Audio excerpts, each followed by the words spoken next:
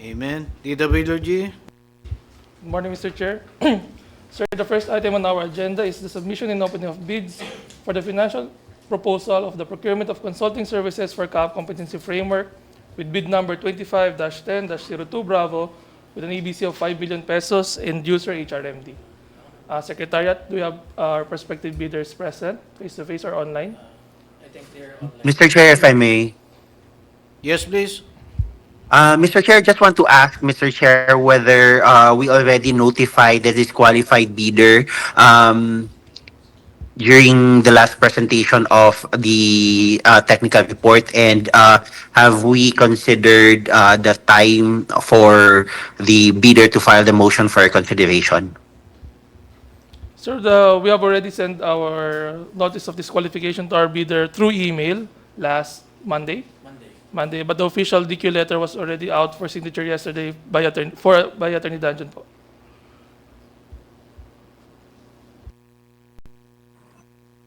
Thank you, Mr. Chair. So that means, So, Attorney Frank, are we okay to proceed with the opening of the financial documents, sir? My proposal, Mr. Chair, we can proceed with the opening, Mr. Chair, subject to the filing of the motion for consideration of the disqualified bidder. Thank you, Attorney Frank. may intention So ba as siya not, during the last... wala pa siyang sagot. Well, We did notify them, sir, on Monday after the meeting, but they did not express yet their intention to file for a motion for reconsideration. However, the period Mike. po, ay, we did notify the disqualified bidder on Monday, sir, about their disqualification. Their reply didn't specify whether or not they will file a motion for reconsideration, but if we're following the period for them to file, their last day will be tomorrow? Tomorrow. I think we should... may violation tayo niyan. Any comment on that, Attorney Frank? yes, Mr. Chair, it would appear that we will be, we will not, given the perspective, the disqualified bidder, the entire period for them to file the motion for your consideration. So, perhaps, Mr. Chair, to strictly follow the rules, it is suggested or it is recommended, Mr. Chair, to just postpone the opening of bids for the financial until the lapse of time to file the motion for consideration, Mr. Chair. Okay. Any motion on that?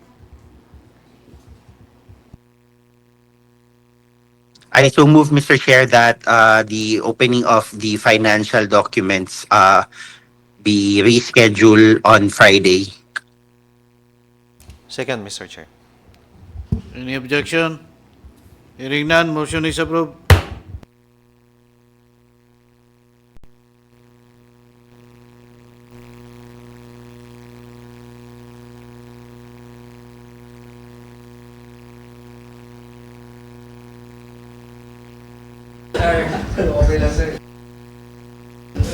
Okay, to our prospective bidders, considering that there's a pending motion for reconsideration of our disqualified bidder, we're going to move the opening of bids this Friday po for the financial documents. Sorry for any delay po. Noted. Thank you.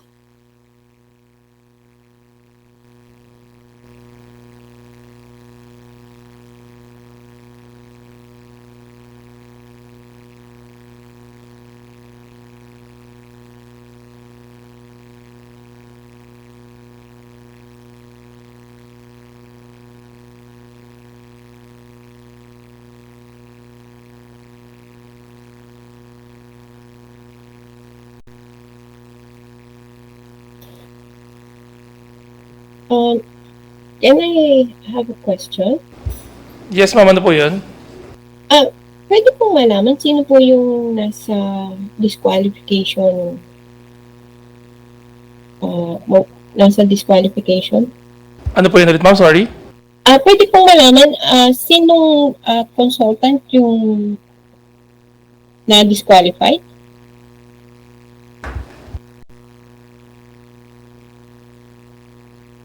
Ano, ma'am? Assessment analytics po. Okay. So we're just waiting for them to file a motion for reconsideration for their disqualification po. Okay, so Friday, same time? Yes po, ma'am. Okay, thank you. Noted. Thank you so much. Okay, let's proceed. Secretary, patanggal mo na yun. Sa prospective.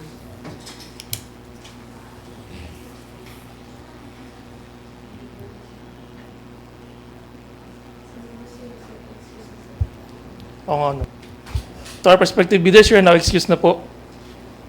Thank you. Thank you. Hindi mo, halo-halo yun.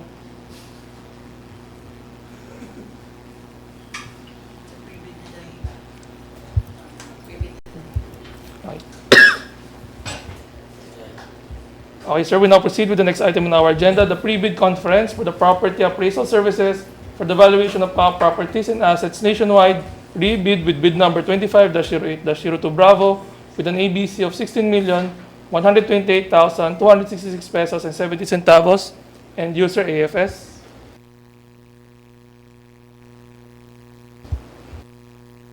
Sino siya? AFS.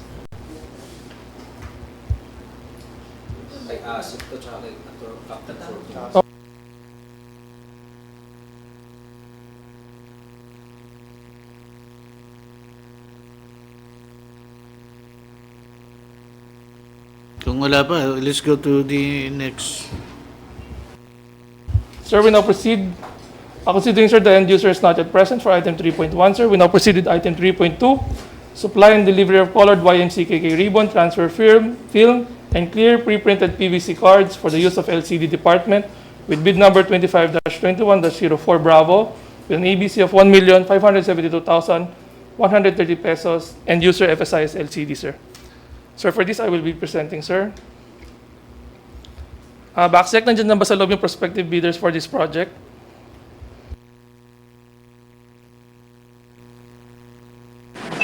Yes, sir. Thank you.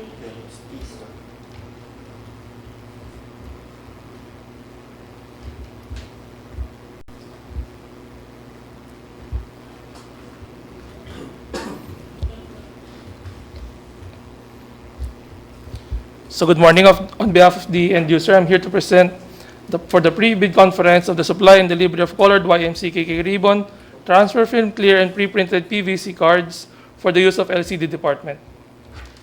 For the ITB, project title is the supply and delivery of colored YMCKK ribbon, transfer film, and clear pre-printed PVC CR80 cards for the use of LCD. The source of fund is the CAAP corporate budget CY 2025, and the ABC of the contract is 1,572,130 pesos. The delivery period for this project is 30 calendar days, with applicable fee for the bidding documents of 5,000 pesos, exclusive of any and all taxes imposed by relevant government agency. The deadline for the submission and opening of bids is on 7 May 2025, 9:30 a.m.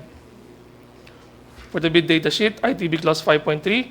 For this purpose, contracts similar to the project shall be supply and delivery of card printer consumables and PVC cards and should have completed within the last 5 years a single contract that is similar to this project, equivalent to at least 50% of the ABC. Subcontracting is not allowed. ITB Clause 14.1, the bid security should be in the form of a bid securing declaration or any of the following forms and amounts. The amount of not less than 31,442 pesos and 60 centavos if bid security is in cash, cashier's manager's check, bank draft guarantee, or irrevocable letter of credit, or the amount of not less than 78,606 and 50 centavos if bid security is in surety bond. ITB Clause 15, each page of thereof shall be initialed by the duly authorized representative of the bidders. Submitted eligibility, technical and financial document shall be properly marked with index tabs and must be sequentially paginated in accurate order in the form of example, page 3 of 100. The pagination shall be sequential all throughout the document inside the envelope. ITB Clause 19.3, 1,572,130 pesos being the ABC to the payments under the contract for supply and delivery of colored YMCKK ribbon, transfer film, clear and pre-printed PVC CR80 cards for the use of LCD department. ITB Clause 20.2, the bidder with the lowest calculated bid that complies with and is responsive to all the requirements and conditions shall submit its latest income and business tax return, business licenses and permit required by law, PhilJEP's SEC, DTI, or CDA registration certificate, mayor's permit, and tax clearance, latest audited financial statement, submitted documents that expired after the opening of bids, certification under oath attesting that they have no pending case or cases against the government, legal clearance to be issued by the CAAP, and bid bulletins if applicable. Failure to submit any of the post-qualification requirements on time or a finding against the veracity thereof shall disqualify the bidder for award, provided that in the event that a finding against the veracity of any of the documents submitted is made, it shall cause the forfeiture of the bid security in accordance with Section 69 of the IRR of RA 9184.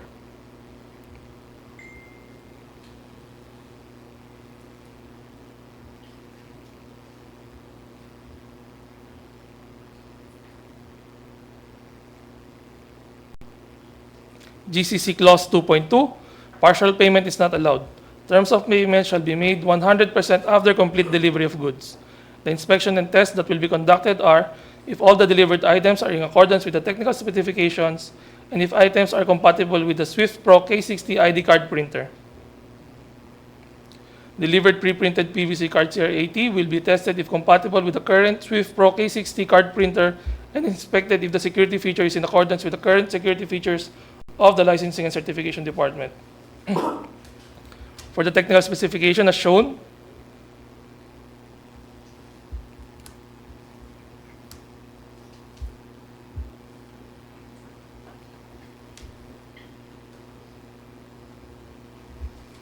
for the schedule of requirements, all items should be delivered 30 calendar days upon receipt of the NTP. For the checklist of the technical and financial documents as shown,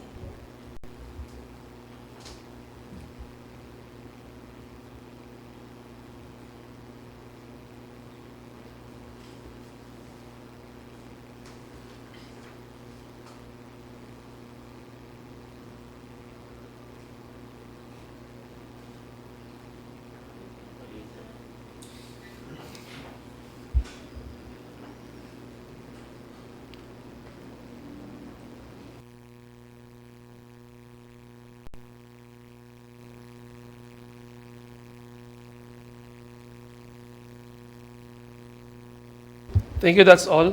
To our prospective bidders, if you have any questions, now is the time po, sir.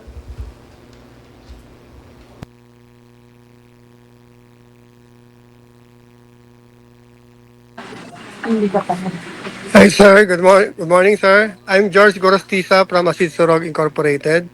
Yes po. Yes, sir. Sir, tanong ko lang po, sir, meron po ba kayong layout ng pre-printed cards? Yes, sir, meron naman Time? po. Okay. Pero hindi siya nakalagay sa technical specification po, ano? Is it full color po ba yung back-to-back po ba, full color? Front lang, sir, may color, yung back po is plain lang po. Plain lang siya. So, what are the security features of the pre-printed cards? May Pwede mo po. UV black light May po siya, tapos may guillotine pattern and microprinting po. May microprinting. Okay. So, okay. Sir, pwede pong malaman din po kung yung existing yung card printer po ba, how many units po kayo merong existing card printer ng K-Pro? No, C-Pro? Currently, sir, meron po kami dalawa. Dalawa po. Without, printer lang po yun, without lamination module, no? Wala, printer only lang po. Yes, sir, card printer lang po. Apo. Okay. Yun lang po, sir. So, kayo, magpo-provide naman kayo ng sir, no? Just in case yung soft copy ng pre-printed cards. Just in case lang po sa pagka sa awarding ng contract, no? Ganun po. Yes, sir. Sa awarding na po yan, considering the security features po yun, sir. Pero sa pagsabit po namin ng bid, so any pre-printed cards lang po, no? Pwede na po to comply with the Ah, specs. Pero sir, yung ano namin, sir, is yung yung actual card namin, sir, is kailangan makopya nyo yun, sir, if ever.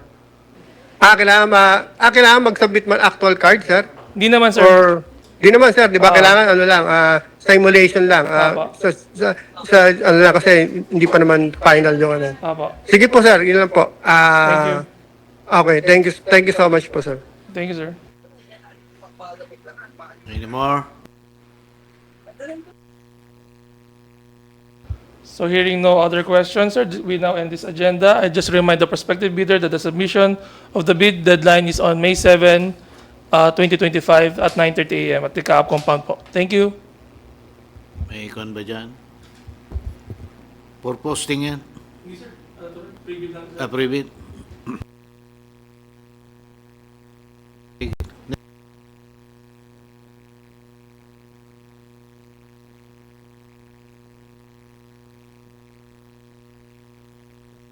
Secretary, nandiyan na ba yung AFS?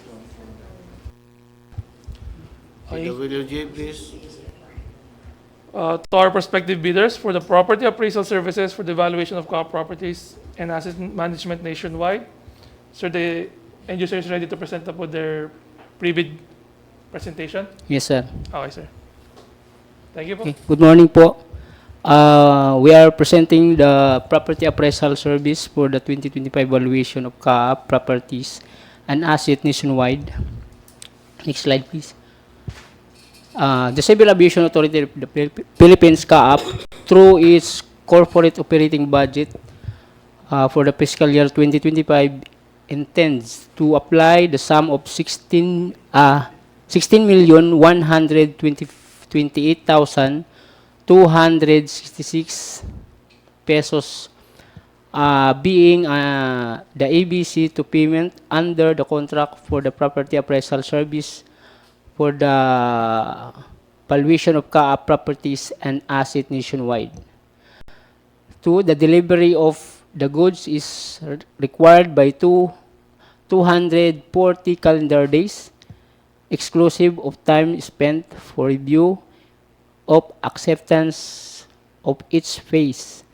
CAAP shall be given a maximum of 20 calendar days for the review and evaluation of each report submitted by the APA.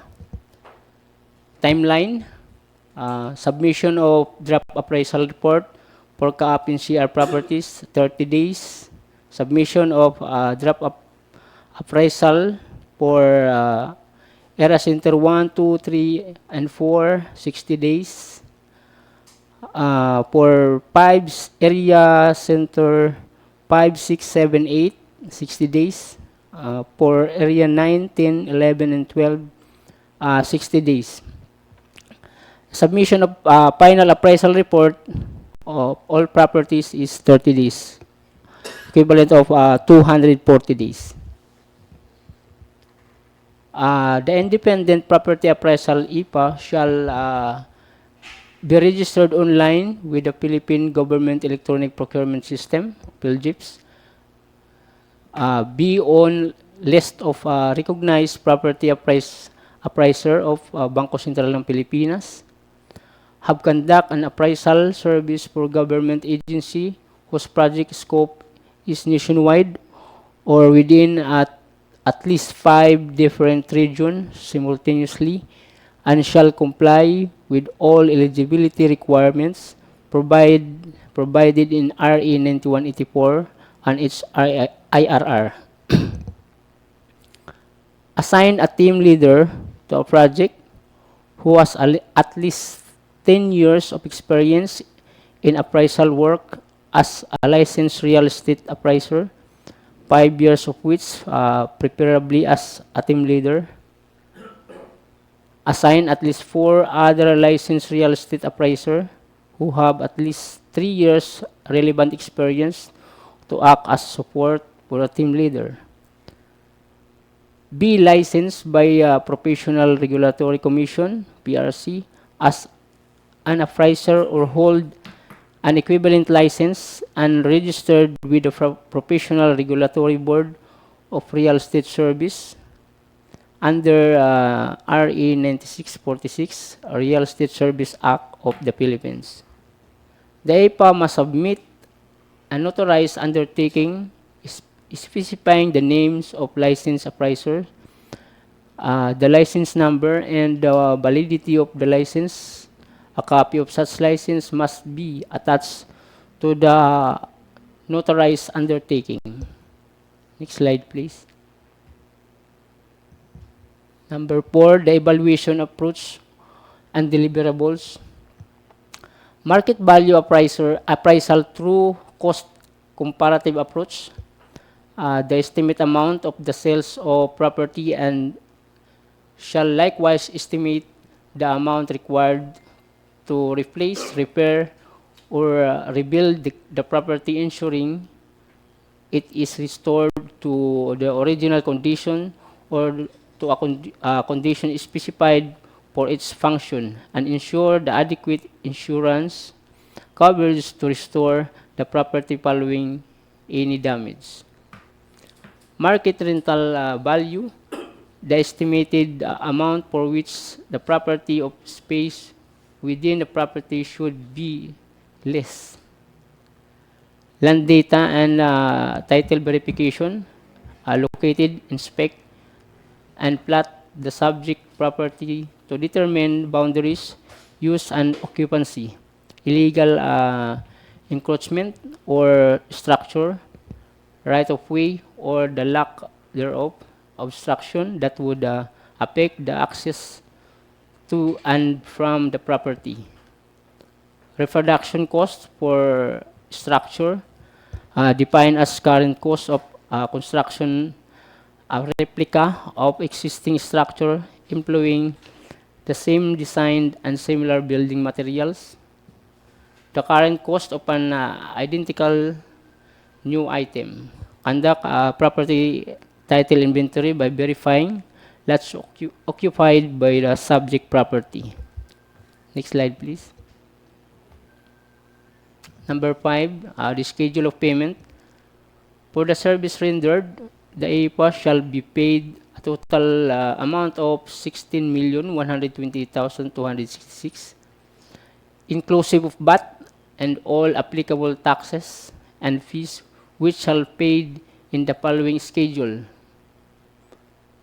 Upon submission of the draft appraisal report for CAAP and share properties, 10% of the total contract price. Next is the upon submission of the draft appraisal report for CAAP area center 1, 2, 3, 4, 20%.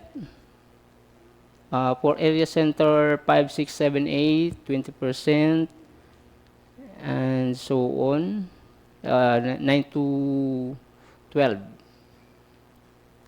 Equivalent of 100%. Next slide, please.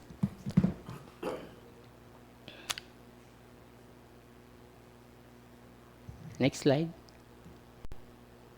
That's all the presentation. Thank you. Will you go back to the last slide? Yung last na.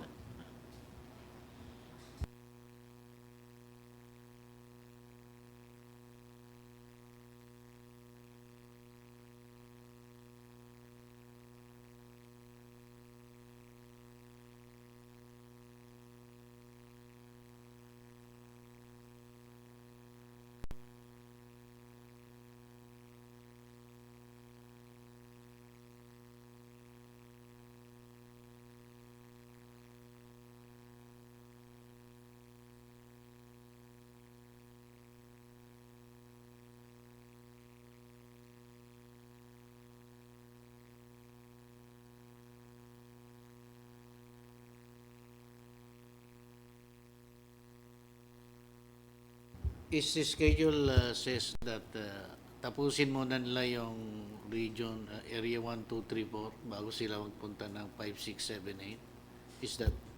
Is that the concept or they can simultaneous sila? Simultaneous, sir, yung simultaneous. conduct nila ng evaluation. Pero kayo, yung pag-review ninyo, pag natapos yung 1, 2, 3, 4, tsaka lang Yes, sir. Pag na-submit nila yung yung report nila. So, yun yun.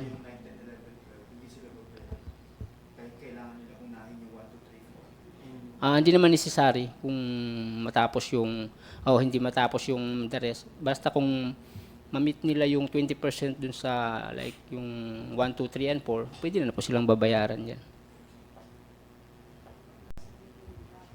Importante lang makapag-submit sila ng kanilang report na. ma-review ninyo. Yes, yes, sir.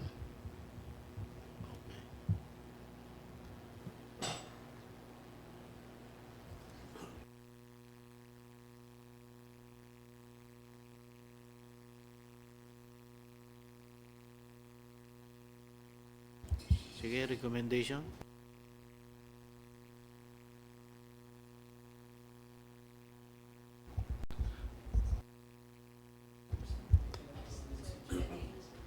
Okay. The presentation is now over, sir. If the floor is now open for any questions from our prospective bidder.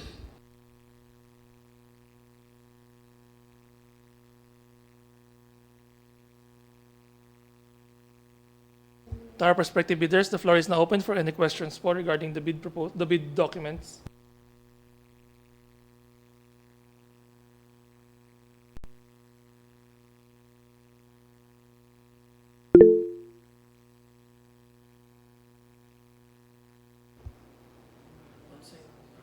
Edward Del Prado, for opening of bids, can we attend on-site? Yes po, pwede po akong attend po on-site po for the opening of bids.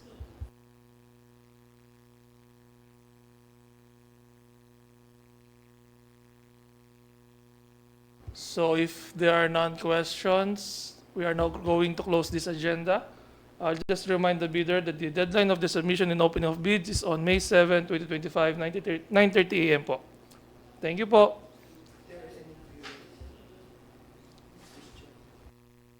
If there are any queries, you are, pwede po kayo mag-submit ng queries 10 days before the submission of deadline of opening of bids. Thank you.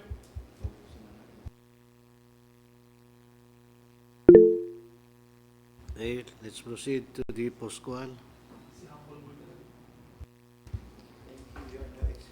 Thank you po. You're now excused na po to our prospective bidder. Thank you po. Thank you, sir. Thank you, sir.